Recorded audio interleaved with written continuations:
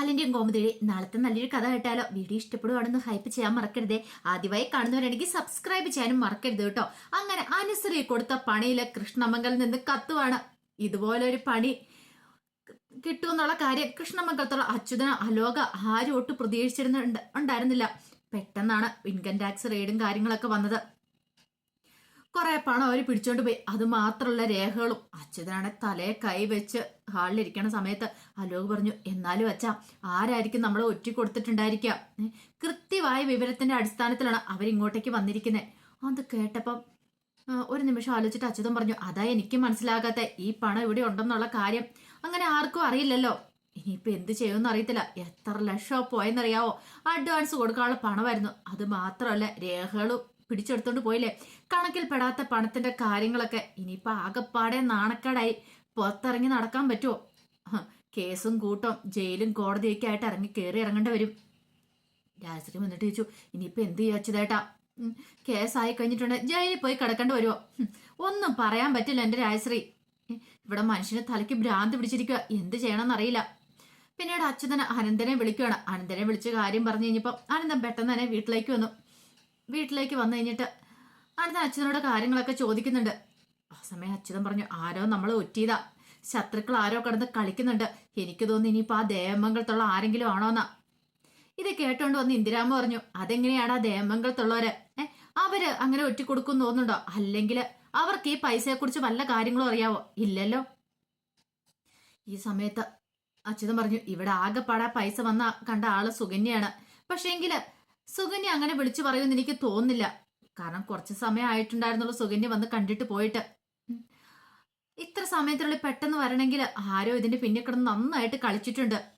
ഇതെല്ലാം കേട്ടോണ്ട് അനുശ്രീ അകത്തിരിക്കുന്നുണ്ട്. അനുശ്രീക്ക് ഭയങ്കര സന്തോഷം.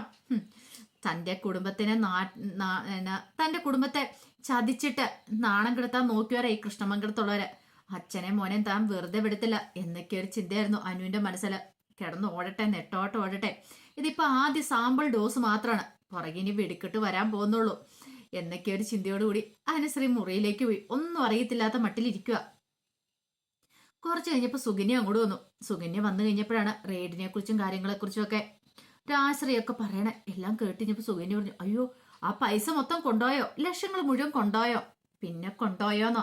അല്ല, ഇനിയിപ്പോ അത് തിരിച്ചു കിട്ടത്തില്ലേ? എവിടുന്ന്? കണക്കിപ്പെടാത്ത പണമല്ലേ? ആകെപ്പാടെ എന്ത് ചെയ്യണമെന്ന് അറിയത്തില്ല. ഓഹ് എന്റെ ദൈവമേ, ഓരോരോ വയ്യാവിലുകൾ വരുന്നതേ. എല്ലാം കേട്ട് കഴിഞ്ഞപ്പോഴത്തേനും സുകന്യ നേരെ ദേവമംഗലത്തേക്ക് വന്നു. ഈ സമയത്ത് മീനാക്ഷി ഇങ്ങനെ ആലോചിച്ചു, ആരൊക്കെയോ അവിടെ വന്നിട്ട് പോകുന്ന കണ്ടു. അച്ഛൻ അവരുടെ കാലെ വീഴുന്നൊക്കെ കണ്ടു. അപ്പൊ എന്തോ ഒരു പ്രശ്നം ഉണ്ടെന്ന് മനസ്സിലായി. എന്താ ഏതാന്ന് അറിയില്ല. കോമതി വന്നിട്ട് മീനാക്ഷിയോട് ചോദിച്ചു, എന്താ മീനു, നീ എന്താ ഇവിടെ ആലോചിച്ചോണ്ട് നിക്കണേ? ഒന്നുമില്ലമ്മേ. അല്ല, നീ എന്താ ഇവിടെ ഇറങ്ങി നിക്കണേന്ന് ചോദിച്ചു. അപ്പോഴാണ് സുകന്യയുടെ വരവ്. സുകന്യ വന്നു കഴിഞ്ഞിട്ട് മീനാക്ഷിയോട് ചോദിച്ചു, കാര്യങ്ങളൊക്കെ അറിഞ്ഞോന്ന് ചോദിച്ചു. എന്ത്? അതെ, കൃഷ്ണമംഗലത്ത് റെയ്ഡ് നടന്നു. റെയ്ഡോ? എന്ത് റെയ്ഡ്? കോമതിക്കൊന്നും മനസ്സിലായില്ല. Income tax raid. Income tax റെയ്ഡോ? കണക്കിപ്പെടാത്ത കുറെ ലക്ഷങ്ങൾ കൊണ്ടുപോയി. അത് മാത്രല്ല രേഖകളൊക്കെ കൊണ്ടായെന്നാ പറഞ്ഞത്. മീനാക്ഷിക്ക് എന്ത് ചെയ്യണമെന്ന് അറിയത്തില്ല. അത് വല്ലാത്തൊരു സന്തോഷം. മീനാക്ഷി പറഞ്ഞൊരു സന്തോഷ വാർത്തയാണല്ലോ. എനിക്കൊന്ന് തുള്ളി ചാടാൻ തോന്നുന്നുണ്ട് അമ്മയെന്ന് പറഞ്ഞുകൊണ്ട് അവിടെ കിടന്ന് ഡാൻസ് കളിക്കുകയാണ്. കോമതി പറഞ്ഞു, എന്താ കൊച്ചെ നീ കാണിക്കണേ? അമ്മേ, നമ്മക്കിട്ട് പണി തന്നാണ് അവര്. അപ്പൊ പിന്നെ അവർക്കിട്ട് ഒരു പണി കിട്ടണ്ടേ? എനിക്ക് സന്തോഷമാന്ന് പറഞ്ഞു.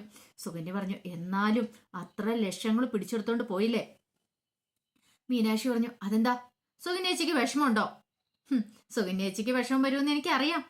അല്ലെങ്കിലും ചോറിവിടാൻ കൂറ് അവിടെയാണല്ലോ. പെട്ടെന്ന് സുകന്യ പറഞ്ഞു, ഓ അതുകൊണ്ടൊന്നുമല്ല, ആരുടെ ആണെങ്കിലും പൈസയാണല്ലോ, അതുകൊണ്ട് ഞാൻ അങ്ങോട്ട് പറഞ്ഞു പോയതാ. മീനാക്ഷി പറഞ്ഞു, അതെ, കണക്കിപ്പെടാത്ത കള്ളപ്പണം അല്ലേ, പിടിച്ചോണ്ട് പോട്ടെ. നേരെ ചൊവ്വ പൈസ ഉണ്ടാക്കുന്നവരുടെ ഒന്നും ഇങ്ങനെ പിടിച്ചോണ്ട് പോകുന്നില്ലല്ലോ. കള്ളപ്പണം അല്ലേ, പിടിച്ചോണ്ട് പോട്ടെ. അല്ലെങ്കിലും അവർക്ക് കിട്ടാനുള്ളത് തന്നെയാ കിട്ടിയത്, ഇനിയും കിട്ടും എന്നും പറഞ്ഞ് മീനാക്ഷി സന്തോഷിക്കുക. കുറച്ച് കഴിഞ്ഞിട്ട് മീനാക്ഷി ഇങ്ങനെ ആലോചിച്ചു, ഇത്ര പെട്ടെന്ന് അവിടെ ഒരു ഇൻകം ടാക്സ് റെയ്ഡ് നടക്കണമെങ്കിൽ ഇതിന്റെ പിന്നിൽ ആരായിരിക്കും? അപ്പൊ ആരോ ശരിക്കും ഒറ്റിയിട്ടുണ്ടെന്നുള്ള കാര്യം സോന്യ പറഞ്ഞായിരുന്നു. ഒരു പക്ഷെ ഇതിന്റെയൊക്കെ പിന്നില് അനുമോളായിരിക്കോ, അവളായിരിക്കോ വിളിച്ചു പറഞ്ഞിട്ടുണ്ടായിരിക്കാം. കാരണം വീട്ടിൽ പണം ഉണ്ടെന്നുള്ള കാര്യം അറിയാവുന്നവർക്ക് മാത്രമേ ഒറ്റ കൊടുക്കാനായിട്ട് പറ്റുള്ളൂ. അല്ലെങ്കിൽ അവർക്ക് അറിയില്ലല്ലോ. അപ്പൊ ഇതിന് പിന്നിൽ അനുശ്രീയാണോ? അവള് പണി കൊടുക്കൂന്ന് പറഞ്ഞിട്ടുണ്ടായിരുന്നു. അവളുടെ പ്രതികാരം തീർക്കൂന്ന്. ചിലപ്പോ അവളാവാനും ചാൻസ് ഉണ്ട് എന്നൊക്കെ ഒരു ചിന്ത മീനാക്ഷിയുടെ ഉള്ളിലുണ്ടായി. ഈ സമയത്ത് അലോക് വല്ലാത്തൊരു ടെൻഷനോട് കൂടിയിട്ട് മുറിയിലേക്ക് വരുവാണ്. അലോകിന്റെ മുഖം കണ്ടു കഴിഞ്ഞപ്പോ അനുവിന് ചിരിയാ വന്നേ. പെട്ടെന്ന് അലോക് വന്നിട്ട് അനുവിനോട് ചോദിച്ചു, സത്യം പറയടി, നീ എങ്ങാനും ആണോ ഇന്ത്യൻ ടാക്സുകാരെ വിളിച്ചു പറഞ്ഞതെന്ന് ചോദിച്ചു. ഞാനോ? അതിന് ഞാനൊന്നും കണ്ടതുപോലും ഇല്ലോ, ഞാൻ അങ്ങോട്ടേക്ക് വന്നതുപോലും ഇല്ലോ എന്നൊക്കെ അനു പറഞ്ഞു. ദേ ഒരു കാര്യം ഞാൻ പറഞ്ഞേക്കാം, നീ എങ്ങാനുമാണ് ഈ കുടുംബത്തെ ചതിച്ചെങ്കിൽ വെറുതെ വിടില്ലാന്ന് പറഞ്ഞു. അത് കേട്ടപ്പോ അനു പറഞ്ഞു, നീ എന്ത് ചെയ്യും? നീ ഒന്നും ചെയ്യാൻ പോകുന്നില്ല. എടാ, എന്നെ ഇങ്ങോട്ടേക്ക് കൂട്ടിക്കൊണ്ട് വന്നപ്പോ നീ ഇത്രയ്ക്കൊന്നും പ്രതീക്ഷിച്ചിട്ടുണ്ടായിരിക്കില്ലല്ലേ?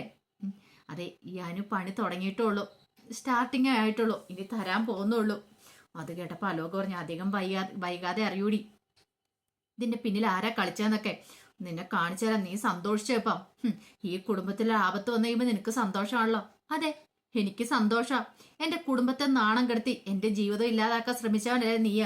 അപ്പൊ നിനക്കും നിന്റെ കുടുംബത്തിനൊരു പതനം ഉണ്ടാകുമ്പോ എനിക്ക് സന്തോഷമുള്ളൊരു കാര്യം തന്നെയാ. ഇനിയും ഞാൻ സന്തോഷിക്കും, സന്തോഷിക്കാനുള്ള കാരണങ്ങൾ വരുന്നുള്ളൂ. അലോക് പറഞ്ഞു, നിന്നെ കാണിച്ചു തരുന്നുണ്ടെന്ന് പറഞ്ഞു. തൊട്ടു പോയേക്കരുത്. നീ എന്താടാ വിചാരിച്ചോണ്ടിരുന്നേ? എന്നെ അങ്ങനെ അങ്ങോട്ട് ഇവിടെ കൊണ്ടുവന്ന് അടിച്ചു മെരുക്കിയിടാന്നോ? അങ്ങനെ ഗോമതി സ്റ്റോഴ്സ് ബാലനെയും വീട്ടുകാരെയും വെല്ലുവിളിക്കാന്നോ? അതൊക്കെ വെറും തോന്നല് മാത്ര. അങ്ങനെ ഒതുങ്ങി കൂടുന്നവളല്ല ഈ അനുശ്രീ. ആ അനുശ്രീയുടെ മറ്റൊരു മുഖം നീ കാണാനായിട്ട് പോകുന്നുള്ളൂ. അതും പറഞ്ഞിട്ട് അനുശ്രീ അങ്ങോട്ട് ഇറങ്ങിപ്പോയി. അലോകിന് എന്ത് ചെയ്യണമെന്ന് അറിയത്തില്ല, വല്ലാത്തൊരു ടെൻഷനായിപ്പോയി. കുറച്ച് കഴിഞ്ഞപ്പോഴത്തേനും അലോക് അച്യുതൻ്റെ അടുത്ത് നിന്നിട്ട് പറഞ്ഞു, അച്ഛാ, എനിക്ക് തോന്നുന്നത് നമ്മളെക്കുറിച്ച് ശരിക്കും അറിയാവുന്ന ആരോ ഇത് ഒറ്റിക്കൊടുത്തേന്ന് തോന്നേ. ഇനിയിപ്പോൾ എന്ത് ചെയ്യണമെന്ന് അറിയത്തില്ല, പൈസയും പോയി, എല്ലാം പോയി. ആ സമയം അച്യുതൻ പറഞ്ഞു, എന്ത് ചെയ്യാനാ, നാശം പിടിക്കാൻ ഇപ്പോഴാണ് ഇങ്ങനെയൊക്കെ ഉണ്ടായത്, അതെങ്ങനെയാ? പറഞ്ഞിട്ടൊന്നും ഒരു കാര്യമില്ലെന്ന് പറഞ്ഞു. ഈ സമയത്ത് രാജശ്രീ ഇങ്ങനെ ആലോചിച്ചു. അനുശ്രീ വന്ന് കയറിയതിന് ശേഷമാണ് ഇൻകം ടാക്സ് റെയ്ഡും കാര്യങ്ങളൊക്കെ. അനുശ്രീ വന്ന് കാലെടുത്ത് കുത്തിയതേ ഉള്ളൂ. കുത്തിയപ്പോൾ തന്നെ ഇങ്ങനത്തെ ഓരോരോ പ്രശ്നങ്ങളൊക്കെ ഉണ്ടാവാനായിട്ട് തുടങ്ങിയിട്ടുണ്ട്. പിന്നീട് അനുശ്രീ വന്ന് അച്യുതനോട് പറഞ്ഞു, അച്യുതേട്ടാ, എനിക്കാണ് ആകെപ്പാട് ടെൻഷൻ ആവുന്നുണ്ട്.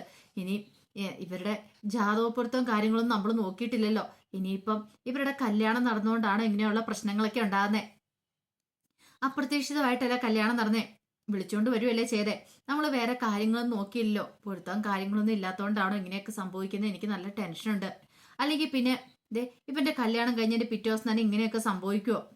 അച്യുതൻ പറഞ്ഞു, എനിക്കതൊന്നും അറിയത്തില്ല, പക്ഷെ ഒരു കാര്യം എനിക്കറിയാം, ഈ കുടുംബത്തിൽ എന്തൊക്കെയോ നാശങ്ങൾ വരാൻ പോവാൻ തോന്നേ. അതിന്റെ മുന്നോടിയാന്ന് തോന്നേ. എന്തെങ്കിലും പെട്ടെന്ന് ചെയ്തില്ലെങ്കിൽ അത് പണിയാവുന്ന തോന്നേ. അലോകിനറിയാം ഈ കുടുംബത്തിലേക്ക് വന്ന നാശം എന്താന്ന്. അത് അനുവാന്ന്. അവള് തന്നെ വെല്ലുവിളിച്ചിട്ട് ഇറങ്ങിയിരിക്കുക. അവള് വെറുതെ ഇരിക്കില്ലെന്നും അറിയാം, പക്ഷെ അവളാണോ ഇത് ചെയ്തതെന്നുള്ള കാര്യത്തിൽ ഒരു ഉറപ്പില്ല. അതുകൊണ്ട് കുറ്റപ്പെടുത്താനും പറ്റില്ല.